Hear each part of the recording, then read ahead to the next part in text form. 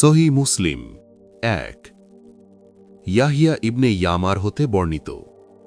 তিনি বলেন, বসরার অধিবাসী মাবাদ জুহাইনা প্রথম ব্যক্তি যে তাকদীর অস্বীকার করে। আমি ও হুমায়দ ইবনে আব্দুর রহমান উভয়ে হজ অথবা উমরার উদ্দেশ্যে রওয়ানা করলাম। আমরা বললাম, যদি আমরা এ সফরে রাসূলুল্লাহ সাল্লাল্লাহু আলাইহি ওয়াসাল্লামের যে কোনো সাহাবীর সাক্ষাৎ পেয়ে যাই, তাহলে ওই সব লোক তাকদীর সম্বন্ধে যা কিছু বলে সে সম্পর্কে তাকে জিজ্ঞেস করব। সৌভাগ্যক্রমে আমরা আব্দুল্লাহ ইবনে উমার রাদিয়াল্লাহু আনহুর মসজিদে ঢোকার পথে পেয়ে গেলাম। আমি ও আমার সাথী তাকে এমনভাবে ঘিরে নিলাম যে আমাদের একজন তার ডান এবং অপরজন তার বামে থাকলাম। আমি মনে করলাম আমার সাথী আমাকেই কথা বলার সুযোগ দেবে, কারণ আমি ছিলাম বাকপটু। আমি বললাম, হে আবু আব্দুর রহমান, আমাদের এলাকায় এমন কিছু লোকের আবির্ভাব ঘটেছে, তারা একদিকে কোরআন পাঠ করে, অপরদিকে জ্ঞানের অন্বেষণও করে। ইয়াহিয়া তাদের কিছু গুণাবলীর কথাও উল্লেখ করলেন। তাদের ধারণা, বক্তব্য হচ্ছে তাকদীর বলতে কিছু নেই এবং প্রত্যেক কাজ অকস্মাৎ সংগঠিত হয়।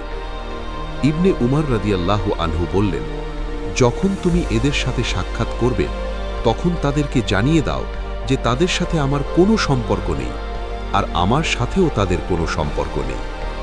আব্দুল্লাহ ইবনে উমর রাদিয়াল্লাহু আনহু আল্লাহর নামে শপথ করে বললেন, এদের কারো কাছে যদি উহুদ পাহাড় পরিমাণ স্বর্ণ থাকে এবং তা দান খয়রাত করে দেয়, তবে আল্লাহ তার এ দান গ্রহণ করবেন না যতক্ষণ পর্যন্ত সে তাকদীরের ওপর ঈমান না আনবে।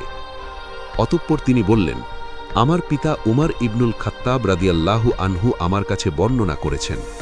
তিনি বলেন, একদা আমরা রাসূলুল্লাহ সাল্লাল্লাহু আলাইহি ওয়াসাল্লামের নিকট উপস্থিত ছিলাম।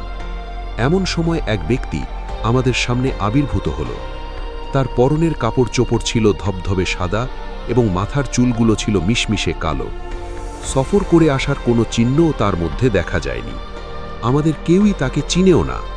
অবশেষে সে নবী সাল্লাল্লাহু আলাইহি ওয়াসাল্লামের সামনে বসল।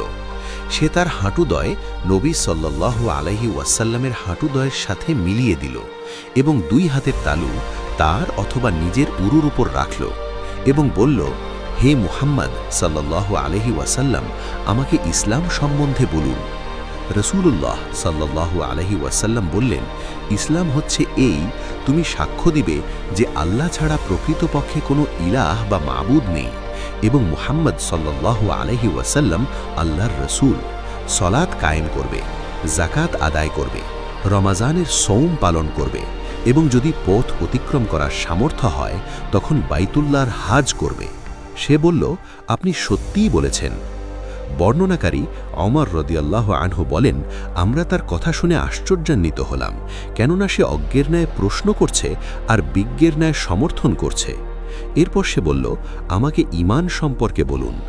রাসূলুল্লাহ সাল্লাল্লাহু আলাইহি ওয়াসাল্লাম বললেন, ঈমান এই যে তুমি আল্লাহ, তার ফেরেশতাকুল, তার কিতাবসমূহ, তার প্রেরিত নাভিগণ ও শেষ দিনের উপর ঈমান রাখবে এবং তুমি তাকদীর ও এর ভালো ও মন্দের প্রতিও ঈমান রাখবে। সে বলল, আপনি সত্যই বলেছেন। এবার সে বলল, আমাকে ইহসান সম্পর্কে বলুন।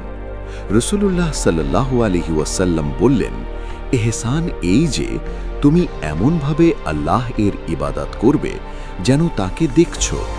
যদি তাকে না দেখো তাহলে তিনি তোমাকে দেখছেন বলে অনুভব করবে। এবার সে জিজ্ঞেস করল, আমাকে কিয়ামত সম্বন্ধে বলুন। রাসূলুল্লাহ সাল্লাল্লাহু আলাইহি ওয়াসাল্লাম বললেন, এই ব্যাপারে জিজ্ঞাসাকারীর চেয়ে জিজ্ঞাসিত ব্যক্তি বেশি কিছু জানে না। অতঃপর সে বলল, তাহলে আমাকে এর কিছু নিদর্শন বলুন। তিনি বললেন, দাসী তার মনিবকে প্রসব করবে এবং এককালের নগ্নপদ, বস্ত্রহীন, দরিদ্র, বকরির রাখালদের বড় দালানকোঠা নির্মাণের প্রতিযোগিতায় গর্ব অহংকারে মত্ত দেখতে পাবে। বর্ণনাকারী ওমর রাদিয়াল্লাহু আনহু বলেন, এরপর লোকটি চলে গেল। আমি বেশ কিছুক্ষণ অপেক্ষা করলাম।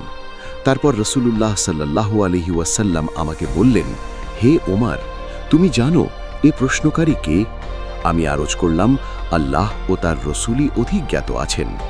রাসূলুল্লাহ সাল্লাল্লাহু আলাইহি ওয়াসাল্লাম বললেন, তিনি জিবরিল।